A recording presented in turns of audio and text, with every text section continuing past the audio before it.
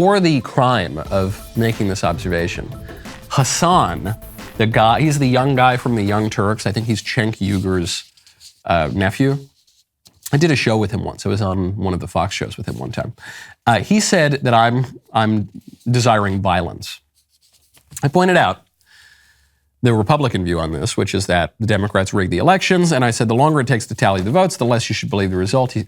Hasan says, pretty wild that the Republican Party is collectively gearing up their audience to lose their minds after they did everything to make sure mail-in ballot results come in later than same-day votes. I don't even think Dems will win, but it's certain that they want violence. In what insane world could you possibly interpret what I said as calling for violence? And so the longer it takes to tally the votes, the less you should believe the result.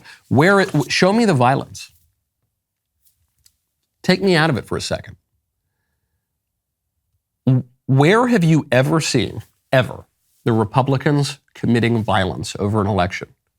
Well, we saw it on January 6th when the Republicans murdered all those police officers. And no, then none of that happened. None of that happened. The only person who was killed in political violence on January 6th was a Trump supporter, killed by a trigger-happy cop. Okay? Now, where else have we seen political violence? Have we seen any political violence in recent years? Oh, yeah, when that lib tried to murder Justice Kavanaugh. And oh, yeah, yesterday when a lib threw a beer can at Ted Cruz's head.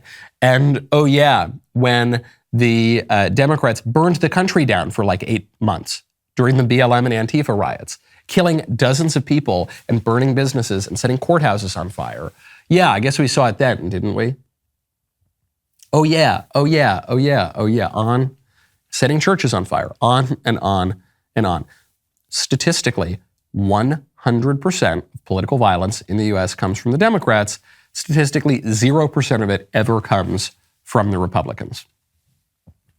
But the Democrats believe that they're justified in political violence because they're fighting the evil, fascist, Nazi, racist threat to our democracy, namely every Republican in the country.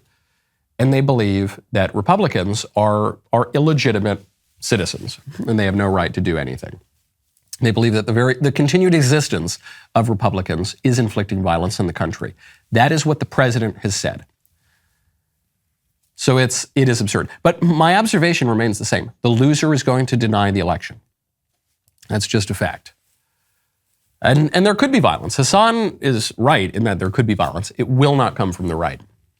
We don't have enough power for it. We don't have the inclination for it. We do have a view of the world that includes objective morality. We just don't want to do it. For all the right's talk of, well, we got our guns, we got our Second Amendment, the right is not interested in political violence. The left is. The left exercises political violence constantly, and if they lose, you'll probably see more of it. And you are already seeing it a little bit because my friend Ted Cruz, actually he was pretty sprightly up there. He was on a campaign vehicle going through the streets. Some guy, it wasn't even a beer can he threw, it was a White Claw can, which is very funny. I love White Claws, but it's kind of a girly drink to throw at somebody. They went. Senator Cruz was able to fend off the can. I think the guy got arrested. And then Ted tweeted out and said, thank goodness that guy has a noodle for an arm because it didn't hurt too bad. But you are already seeing the violence, and it ain't coming from the right. There was a big announcement last night. I get a text from Jeremy. He says, turn on the Trump rally. So why? It's Trump. There's rumors he might announce that he's running for president. Turn on the Trump rally. It's a rally in Ohio for J.D. Vance. Very important race. As goes Ohio, so goes the nation. Trump's out there campaigning until the last minute, but he was teasing all night. You heard the media showing up. Is he going to announce that he's running in 2024? And I thought instantly, no, he's not. A lot of people thought he would. Trump supporters thought he would. A lot of people who hate Trump thought that he would. I did not think that he would. It doesn't look good enough. It's not enough about him. The optics weren't great. Some people said, well, his family's there. The whole family was not there. His wife, I don't think, was there. Barron, I don't think, was there. So I never bought it. I suspected from the beginning that it was a media troll so that Trump could get all the news networks to turn on the cameras for his rally, and then he would just read the litany of candidates that he was endorsing in the race. And then he made this announcement. I would say, in the strongest way, it's a country-saving election, specifically including the election of all the people that I'm going to name. I'm going to be making a very big announcement on Tuesday, November 15th at Mar-a-Lago in Palm Beach, Florida. We want nothing to detract from the importance of tomorrow. They want nothing to detract from the importance of tomorrow. Trump and the whole team. So it was a troll. It was a troll from the beginning, which is really great stuff. Absolutely adore it. And then Trump comes out and he says, but that announcement that you're waiting for, I am going to make it next Tuesday. So Trump is going to run. Almost certainly.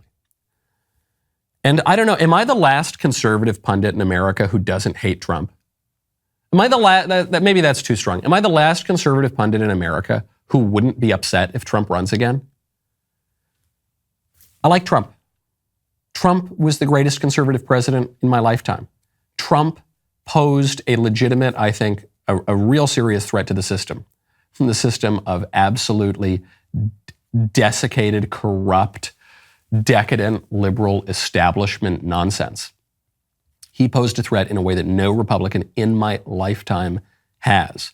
And are there other potentially good candidates on the right? Sure, and they'll duke it out in a primary process. But I'm just not willing to throw Trump aside. The man is still very energetic. The man is unique in American politics. He is a world historic figure. He is a sort of Hegelian character, okay? It is all about him. Some people say, well, why is Trump making it all about him? One, he didn't make it all about him last night. He actually did wait until after the election and endorsed his candidates. But two, it is all about him. He is an American original, one of a kind. And so I'm not willing to say, oh, Trump. Oh, he's too old. Oh, his tweets are too mean. Oh, whatever. No, I like him. I still like the guy. I will not be upset if he runs. I hope that whatever primary campaign takes place does not destroy other strong, good Republicans. There's a lot of them out there. Everyone's talking about Ron DeSantis, but there's others as well. I hope that it's a good, strong, robust primary. We get the best candidate. But I don't know, the arguments against Trump to me fall flat. Well, Trump, he's so bruised and bloodied. Right, you don't think they're going to do that to whoever the nominee is? In fact, in some ways, they've thrown the kitchen sink at Trump. It hasn't stuck. So, hey, that's actually a mark, I think, in his favor. Well, Trump is too old. Yeah, okay, we won. Every conservative's last favorite Republican president was the oldest president in American history. So I don't think that, and now we just elect old people. So, okay, that's the way it goes. He got Roe v. Wade overruled. He built a fair portion of the wall. He had the best foreign policy ever in my lifetime. He brought peace to the Middle East, for goodness sakes. He got tough on trade. He reordered Republicans' economic priorities into a much more sane sort of way. I don't know. I'm not saying he's the best candidate necessarily for 2024. I haven't really looked at the 2024 race all that closely yet because we're focused on the midterms, but I'm not willing to throw the guy out. I just really like him. I still like the guy. Okay, all right, and that's that. I make no apologies for it. Though he was rushing things a little bit last night.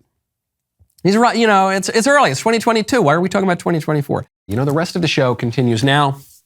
We got a great pollster on to tell us what to look for tonight. If you're not a member, click the link in the description and join us.